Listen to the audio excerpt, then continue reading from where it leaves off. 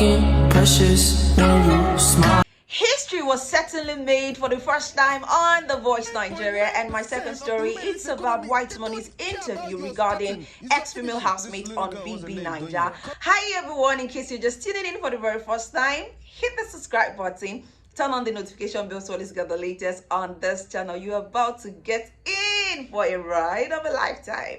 Now let's cut to the chase. Omo, I am very happy. Like, something that has never happened before on The Voice Nigeria happened. Like, if you're following the show closely, you'll notice that Praise team has performed, those who are moving to the live show and those who did not make it through. And we also have Waje's team too, those who are moving to the live shows and those who did not make it through. So the next coach team to perform was actually NIYOLA.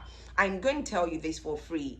You know, it's not good to actually judge people from afar. That's one. It's not good to underestimate people's ability that you are not close to. Like, it's not good to formulate some certain opinion about people you've not had one-on-one with or have a pre-existing relationship with.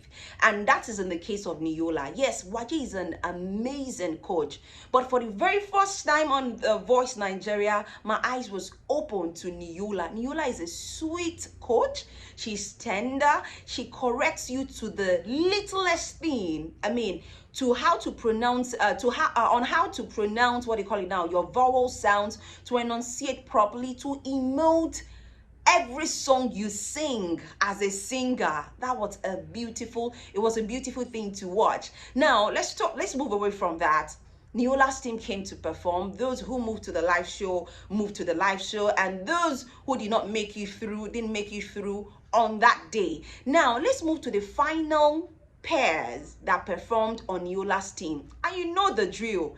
You have to pick as a coach the person that is going through to the live shows and the one that is going home. But on Gidion and Manuel's case, or more, exception took place.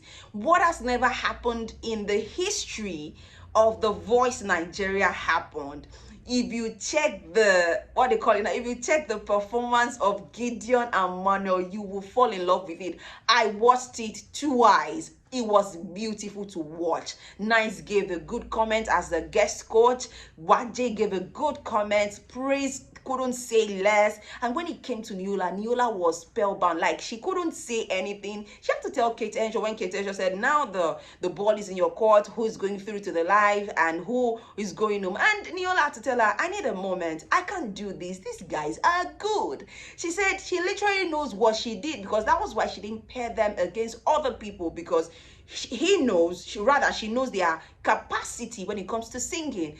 And you see what happened. I've never seen that happen before. So Ketencha put a call through, and NIYOLA was told that if Manuel and Gidion moves through to the next stage, it means that voting won't be open to other contestants who are already out of NIYOLA'S team. You know that if you didn't make it through, you have the opportunity for the audience to vote you back into the show. So as it is now, NIYOLA has lost that chance for teams that did not make it to come back to the show, and the slot is already given to Manuel and Gidion.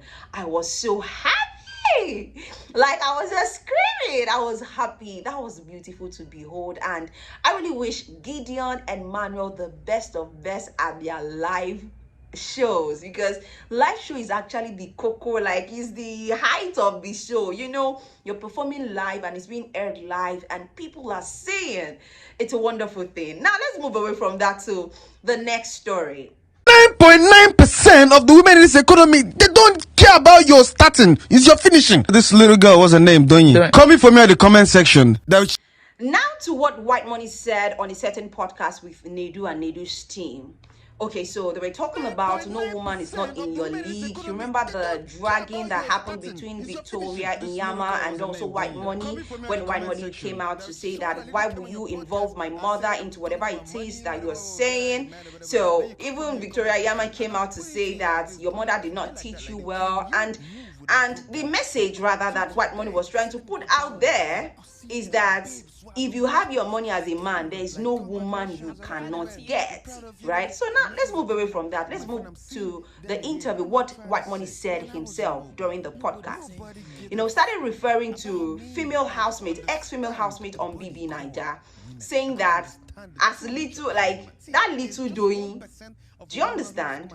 And started bringing down female housemates, saying that most of them that approached him or that reached out to him, saying that he has connects with some big dogs in the industry, that he should connect them. And he was like, most of these female housemates, it's not that you're doing something substantial for yourself. You just want to, hook up, and maybe, from there, this one would be this one maga or sugar daddy. He said he did not allow any of the housemates, female housemates, ex-female housemates that approached him. He did not allow that. Like he said to them, point and plain, that when you were in the house, what was that thing people know or knew about you? Let me put it that way.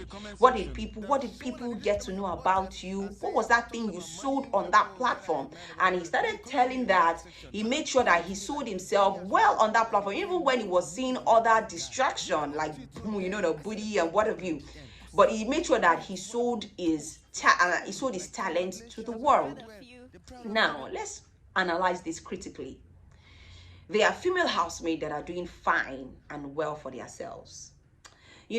Yes, some might actually be there for the hookup thinking, to philander and what have you. But I don't like the context whereby you have to generalize that all female housemates there that they came on the show for hookup. I'm telling you, there are ways to go about some certain things. Now, he's put out another video right now as I'm making this this short right now. He's put out another video there, so I'm going to watch it because there was too much tongue lash and people trolled in.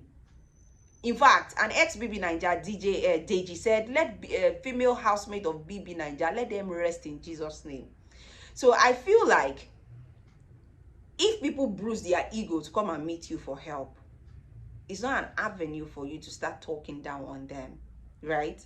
Anything can happen. But I just felt like he spilled too much. Truth be told, Whitemoney spilled too much. But let me know at the comment section. Let me know. What are your thoughts about what Whitemoney said regarding female housemates? Does it apply to every ex-female housemate that they are into promiscuous kind of way of living? Does it cut across all female housemates? And let me also know your take about what happened on The Voice Nigeria. I can't get over that feeling. It's a beautiful feeling.